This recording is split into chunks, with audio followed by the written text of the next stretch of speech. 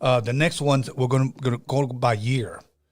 1974, the Texas Chainsaw Massacre. Man. Okay. Man. Super classic. Super classic. Yes. Are we putting that up there, you guys? Okay. Now, this is what freaked me out. The first thing of that movie was, if you remember, they're in the van, okay, and they pick that weirdo up that starts to cut himself. That motherfucker is the one that scared me.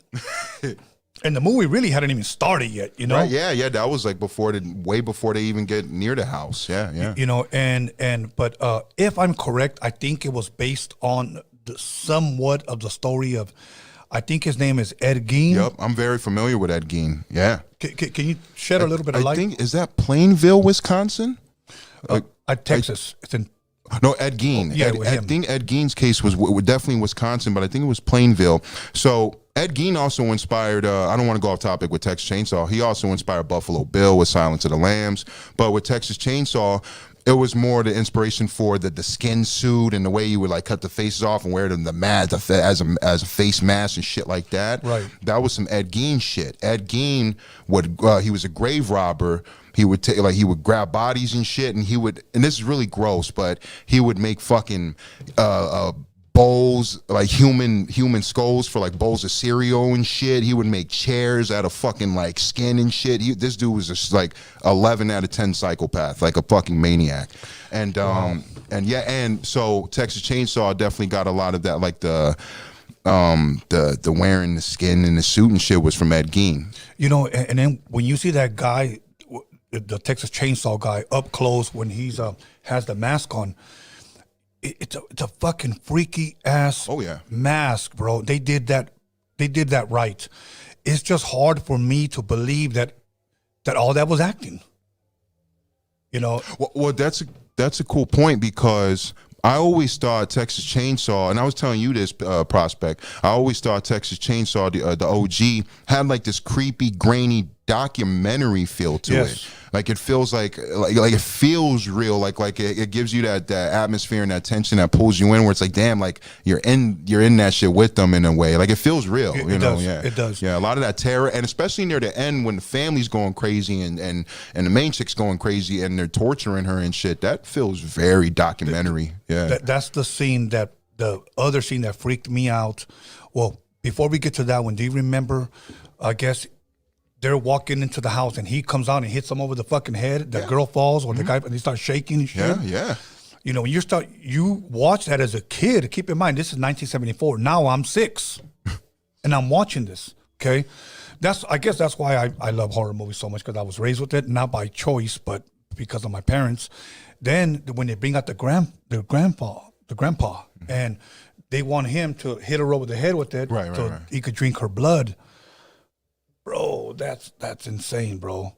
Then the running scene when he's running after her, you know, and then he falls. That guy, I guess that trucker throws that the big black trucker homie. Yeah, the homie. Yeah, the homie that saves her at the end. Actually, He throws would he throw like a wrench, or he threw pliers at his ass? Yeah, and then Leatherface, he topples over and he hits his own fucking leg, like he chops his own leg with his own chainsaw. Yeah, bro, I was like, oh god, that was gross.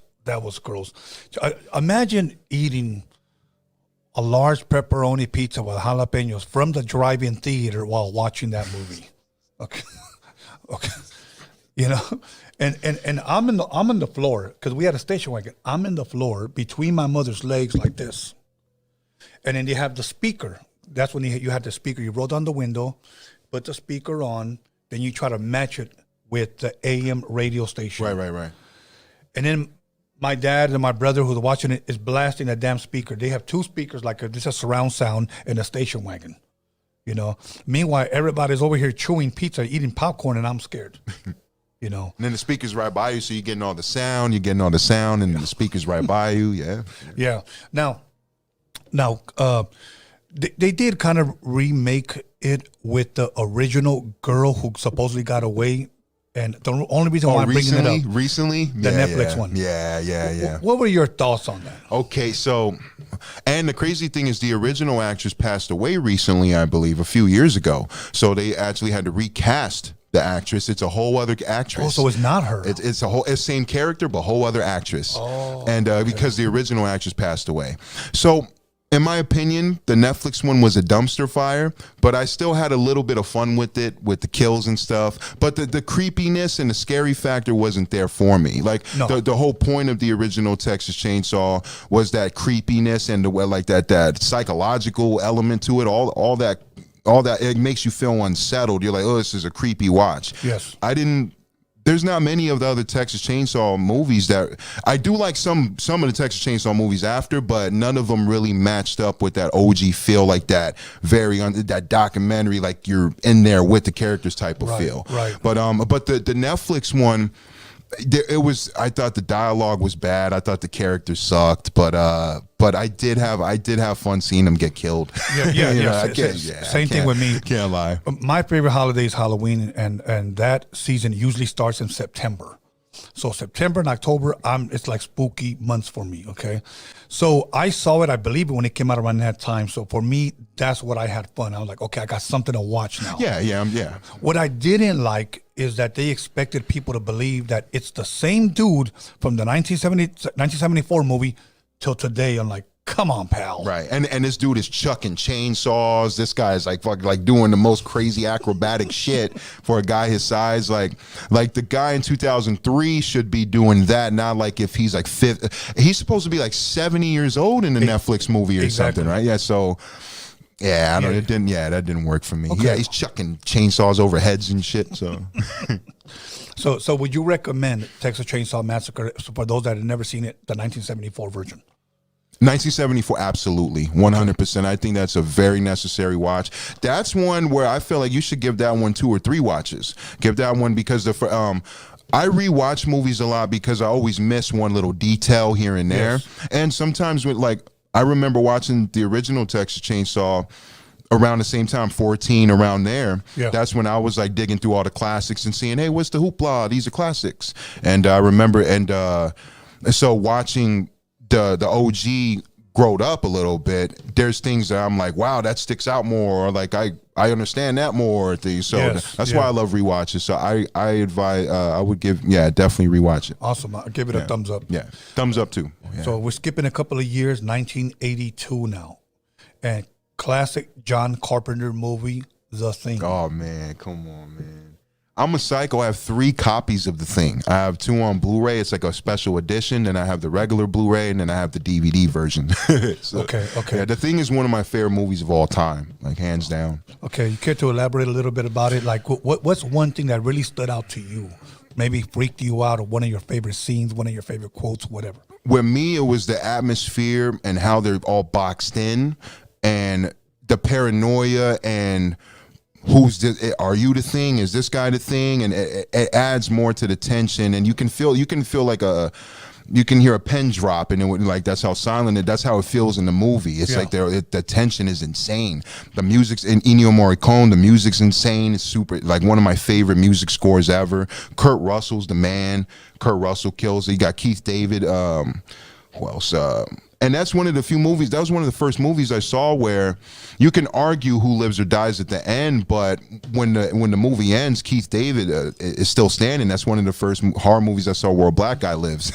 So that was pretty dope. But and it's Keith David, so he's the man. Yeah. And then Kurt Russell. I think my favorite the effects, the makeup effects, the gore is like 10 out of 10 when the stomach opens and the doctor's like, clear, and then he puts his hands and his hands get chewed off, and then the spider head dude, all the effects are super ahead of his time. It's like 10 out of 10 effects. Yeah, big time. And all prosthetic too. I think like 99% prosthetic. Yeah. I used to have a what do you call it, a model kit of Kurt Russell with his beard all icy, holding the fire torch or whatever it's called. And man, one of my favorite movies as well.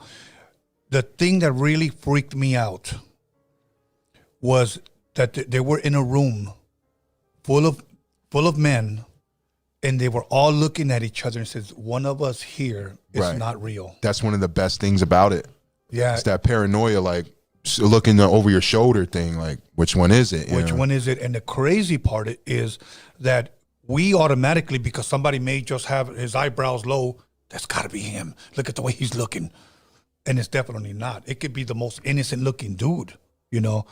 But so it's safe to say that this was a alien horror movie.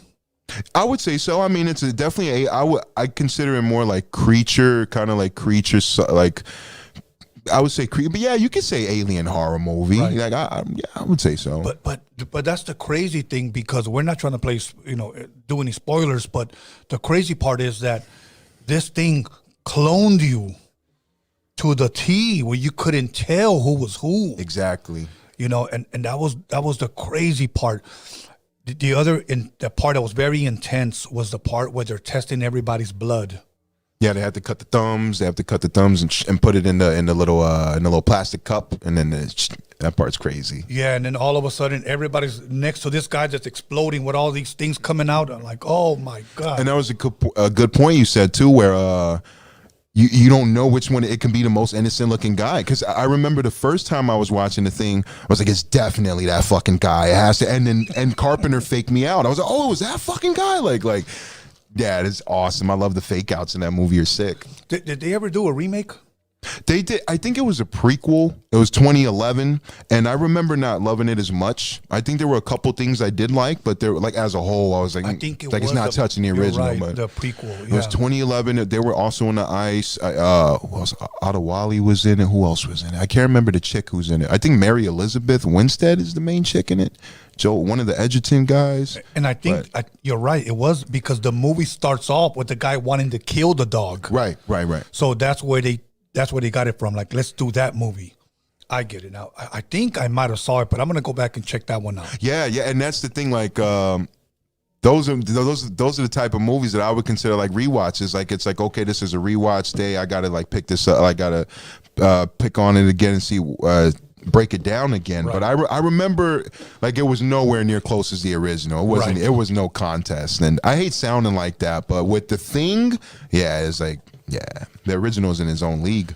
You recommend people watch The Thing? 1000%. The Thing is phenomenal. I give it a 10 out of 10. I damn near give it an 11 out of 10. That's how much I love The Thing. It's probably people hold Halloween as Carpenter's best, and I'm not mad at you at that whatsoever. It's super classic, but The Thing is my personal favorite Carpenter film. Yeah, I would say it's a tie between that and Halloween. Yeah, and there you go. Halloween's a fucking super classic. So yeah, man, I'm loving you guys' teamwork, the coverage of all the classic films, man. That's awesome.